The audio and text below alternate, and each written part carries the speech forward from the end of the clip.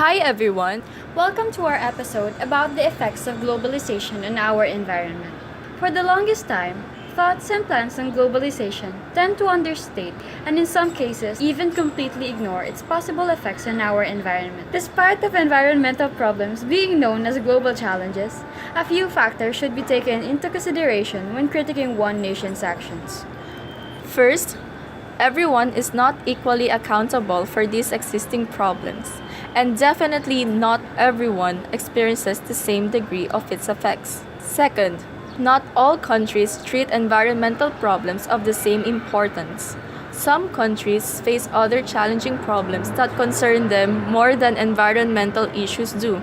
Third, countries focus on different environmental concerns, making it hard to have a standard rules and regulation for the proposed solutions. Most focus on reducing carbon footprint. And lastly, some societies are more likely to collapse than the others depending on the malleability of their environment to change. For the leading environmental problems, first, destruction of natural habitats.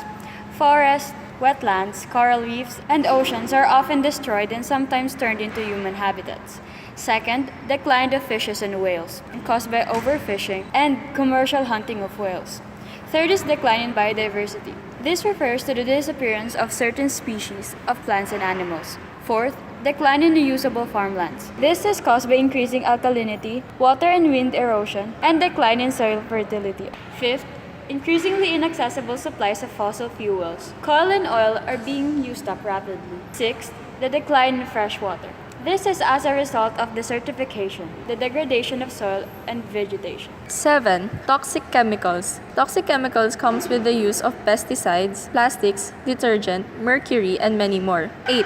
Alien species. Transfer of foreign species to another land. Example, rabbits in Australia and rats in Easter Islands. 9. Greenhouses and global warming. 10. Population growth. This doesn't really pertain to the size of the population, but rather the amount it consumes. 11. Global flow of dangerous debris. Developed countries sending their e-wastes that contain harmful chemical compounds to less developed countries. And lastly, global spread of insects that destroys local plants and spreads diseases. Now we go to the global responses to these leading environmental problems. First is sustainable development. This is a physical sustainability that proposes positive economic change without sacrificing the environment. Second, dealing with climate change. 1997 Kyoto Protocol was proposed to reduce our carbon emission by 5% than our emission in 1990. But this failed to flourish because US rejected the idea in 2001. Third is carbon tax. This refers to the businesses paying tax based on their carbon emission from the use of fossil fuel.